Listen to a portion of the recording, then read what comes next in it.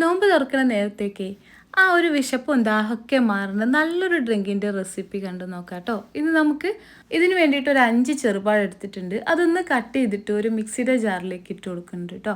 പിന്നെ ഇതിൻ്റെ കൂടെ നല്ല തണുത്ത കുറച്ച് പാല് കൂടി ഒഴിച്ചു കൊടുക്കുന്നുണ്ട്. എന്നിട്ട് ഇതെല്ലാം കൂടി അരച്ചിട്ട് ഒരു ബൗളിലേക്ക് ഒഴിച്ചു കൊടുക്കുക. 1 കപ്പ് പാല് കൂടി ഇതിൻ്റെ കൂടെ ഒഴിച്ചു കൊടുക്കുന്നുണ്ട് കേട്ടോ.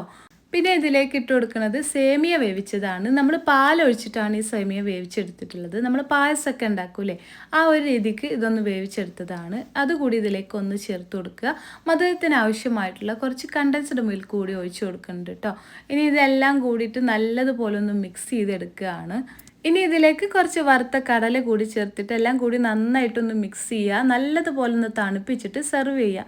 ഞാനിതൊരു സെർവിങ് ഗ്ലാസ്സിലേക്ക് ഒഴിച്ചു കൊടുക്കുന്നുണ്ട്. ഇത്രയേ ഉള്ളൂ. നല്ല ടേസ്റ്റി ആയിട്ടുള്ളൊരു ഡ്രിങ്കാണ്. നമ്മുടെ വിശപ്പും ദാഹമൊക്കെ മാറുന്ന നല്ലൊരു ഡ്രിങ്കാണ്. ട്രൈ ചെയ്ത് നോക്കൂ കേട്ടോ.